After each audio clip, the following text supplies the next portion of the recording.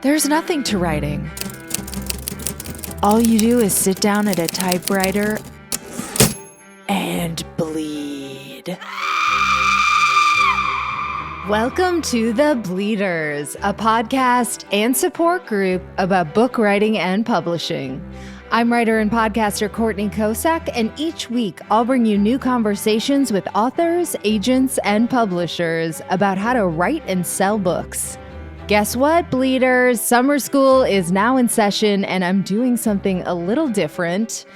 I am trying to write a freaking book, and it is hard while I'm trying to produce 3 podcasts. So each week, I am going to bring you a mini-sode. Let's call it a flash podcast in literary terms.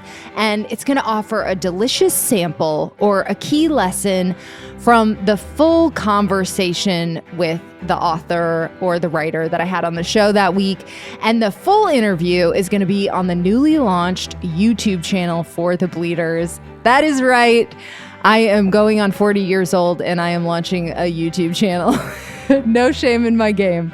The handle on YouTube is @Bleeders Podcast. So you can find the show on youtube.com/@Bleeders Podcast.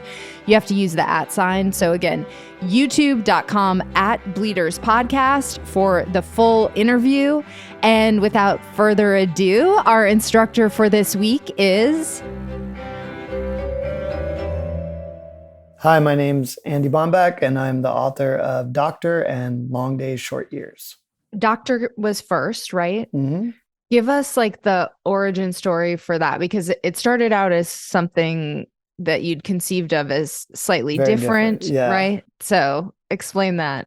So around 2014, I started thinking about writing a book about being a doctor. And the idea was I said, I'm going to write sort of like a no holds barred behind the scenes look at what it's like to be a doctor. Like basically I'm going to share all the things that our profession's a little bit embarrassed about admitting. And I started just doing it as paragraphs because I was really into this lyric essay style. It worked really well with my writing style where if you only write 22 minutes a day, writing like one great paragraph is a huge success. So I just started writing what I thought was like one great paragraph a day. And I eventually had this like 60, 70 page document of all these paragraphs. And then I just started to assemble them into chapters based on subject matter. And the idea was like, I'll have this book length lyric essay about being a doctor. And so at the time, the sort of the mecca of this kind of essay was Grey Wolf.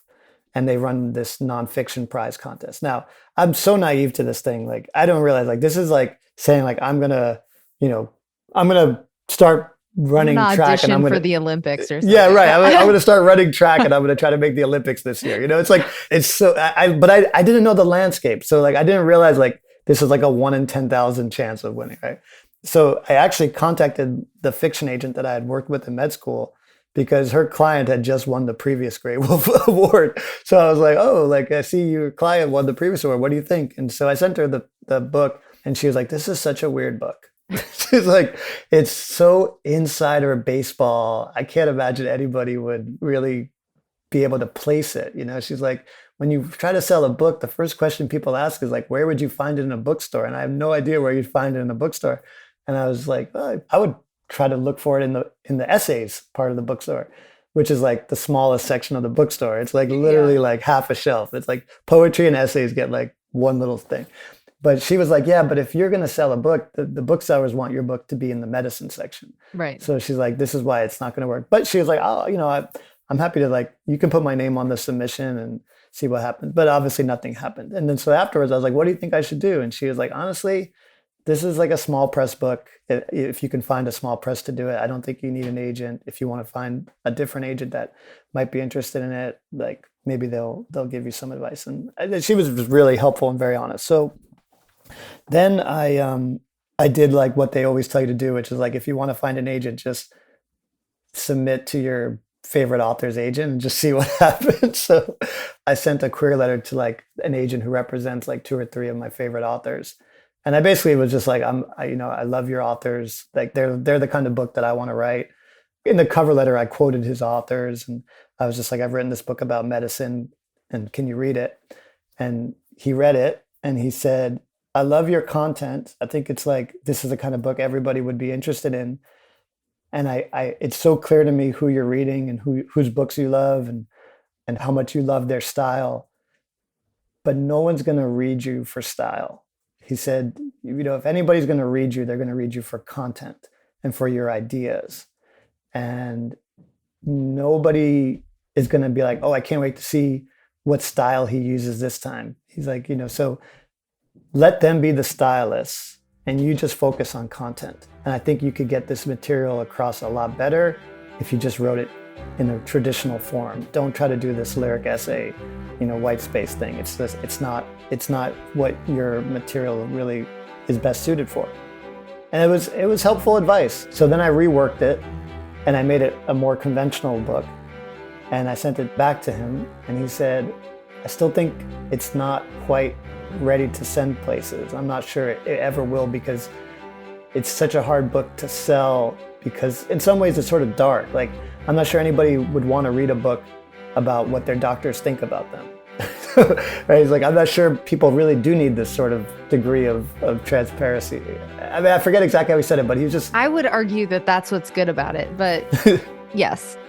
All right, Bleeders, that was just a little preview. The whole interview is so good and it's over on YouTube. So again, you go to youtube.com/@bleederspodcast.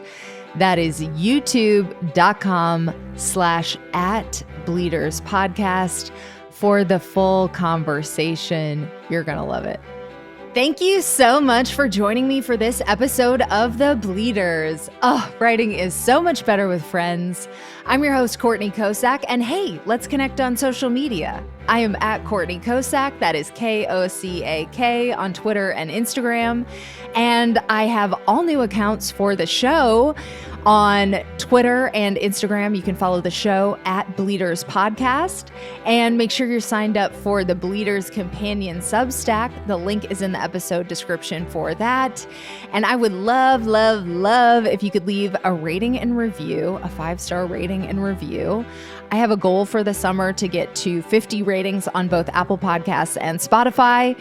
We are currently at 7 on Apple Podcasts and 20 on Spotify as of this recording. And again, I'm trying to get to 50 on both platforms by the end of the summer. You can help me out. It's going to help book even better guests. So please leave a rating and review. I would be eternally grateful. And until next time, happy bleeding. P.S. I am teaching a workshop through Write or Die magazine and Chill Subs. It's called How to Build a Platform for Writers Who Shudder at the Thought, which is my former self, and I have since been complimented on my platform.